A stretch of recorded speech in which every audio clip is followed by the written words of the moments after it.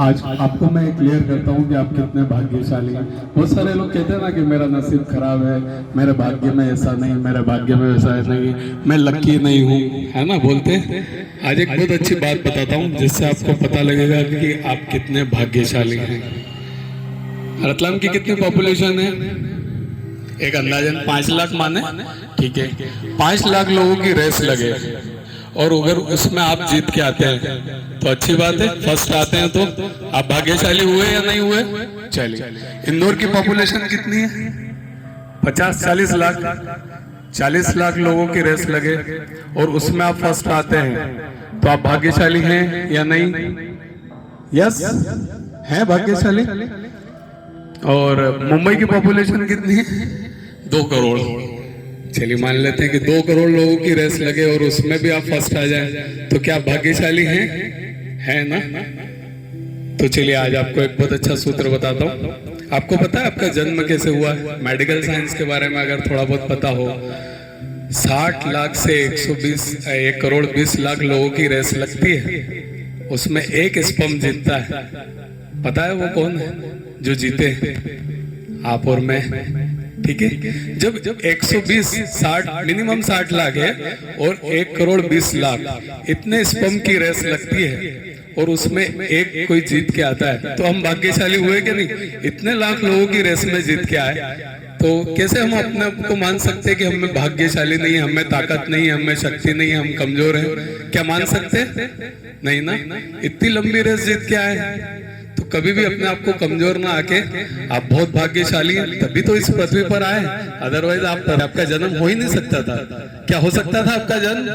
आप भाग्यशाली हैं तभी इस पृथ्वी पर आए हैं, लेकिन आपने अपने नजरिए की वजह से अपने आप को भाग्यशाली न मानना स्वीकार कर लिया। आपका नजरिया आपको महसूस कराता है कि नहीं मैं अनलकी हूं, मेरा नसीब खराब है, मेरा ये एटीट्यूड, नेगेटिव सोच, ठीक है। आपकी सोच बदलेंगे तो आप बिल्कुल वही सब कुछ पा सकते हैं जिसकी चाहत आपके अंदर है। आप, मैंने जैसे बताया ना, आप क्या डिजर्व करते हैं, बस ये प्रार्थना करना शुरू कर दें तो आपके अंदर बहुत बहुत जबरदस्त परिवर्तन आएगा। तो आप कोई तो नहीं मानेगा कि मैं भाग्यशाली नहीं हूँ। आपको पता लग गया ना कितने लाख लोगों की रेस जीत के आप इस दुनिया में आए हैं, ठीक है। तो एक बहुत अच्छी स्टोरी और मैं सुनाता हूँ आज आपको।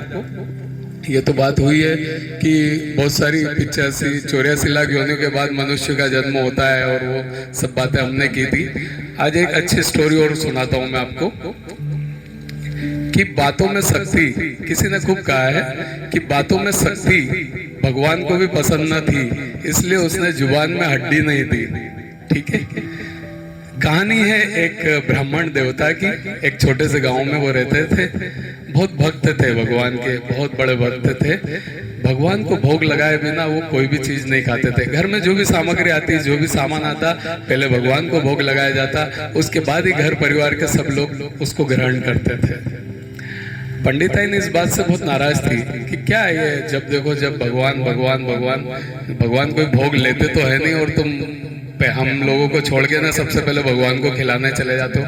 बड़ी नाराज रहती है उस बात को लेके। एक दिन पंडिताइन बहुत स्वादिष्ट लड्डू बनाती है और किचन में वो लड्डू को बनाने के बाद चखने का प्रयास ही कर रही होती है, भोग लगाने का, खुद को भोग लगाने का प्रयास कर रही होती है। इतने में पंडित जी आ जाते हैं और उसको रोक लेते हैं, नहीं ऐसा नहीं हो सकता, पहले तू थाली तैयार कर, पहले मैं मंदिर जाऊंगा, भगवान को भोग लगाऊंगा, उसके बाद ही हम सब खाएंगे। पंडिताइन नाराज हो जाती है क्योंकि बहुत दिन से ये नाराजगी चली रही होती है। वो बहुत चिल्लाती है कि अगर ऐसा है कि तुम्हारे भगवान भोग लेते हैं, तुम भोग लगाते हो, भोग ग्रहण करते हैं, तो आज उनको भोग ग्रहण करा के बताओ तो मैं मान जाऊंगी कि तुम्हारे भगवान हैं और तुम्हारे भगवान भोग को ग्रहण करते हैं, ठीक है। पंडित जी भी उस चैलेंज को एक्सेप्ट कर लेते हैं। बोले ठीक है, आज मैं तेरे को भोग लगा के ही बताऊंगा, तू थाली तैयार कर, ठीक है। लड्डू थाली में तैयार हो जाते हैं। पंडित जी मंदिर को निकल जाते हैं, थाली भगवान के सामने रखते हैं और प्रार्थना करते हैं कि भगवान देख, मैं मेरी पत्नी के ताने सुन सुन के दिमाग खराब हो गया। मैं तो जानता हूँ कि तू है और मानता भी हूँ इस बात को।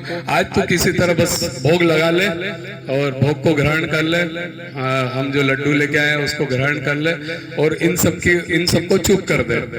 ठीक है, वो आसन बिछा के पंडित जी भगवान के सामने ही बैठ जाते हैं, संकल्प लेके कि आप भोग लगाओगे तभी मैं यहाँ से उठूंगा, नहीं तो नहीं उठूंगा। ठीक है, 1-2 घंटे गुजर जाते हैं, कुछ भी नहीं होता है। इतने में क्या मक्खियां आने लगती, बहुत सारी मक्खियां, लड्डू, चूंकि मीठे लड्डू रहते हैं, मक्खियां भिनभिनाने लगती है। पंडित जी उठते हैं, उन मक्खियों को इधर उधर हटाते हैं जैसे तैसे। ठीक है, इतने में क्या होता है, गांव में पता लग जाता है कि अरे आज पंडित जी एक संकल्प लेके बैठे कि भगवान को भोग लगा के ही मानेंगे। तो गाँव के लोग भी मंदिर में इकट्ठा होने चालू हो जाते हैं कि देखते हैं पंडित जी आज क्या करते हैं। बहुत भीड़ लग जाती है। इतने में क्या होता है कि चूंकि मीठे लड्डू रहते हैं, उसकी सुगंध से चींटियां आना चालू हो जाती हैं, चींटियों की लाइन लग जाती है। पंडित जी जैसे तैसे उन चींटियों को भी हटाते हैं कि यार लड्डू तक न पहुंचे। बाहर भिखारियों का भी जमावड़ा हो जाता है कि यार आज लड्डू बटेंगे। कुत्ते इकट्ठे हो जाते हैं, कुत्ते भौंकने लगते हैं खुशबू सूंघ के, तो बड़ा माहौल बन जाता है। पंडित जी इधर परेशान कि भगवान भोग नहीं ले रहे हैं।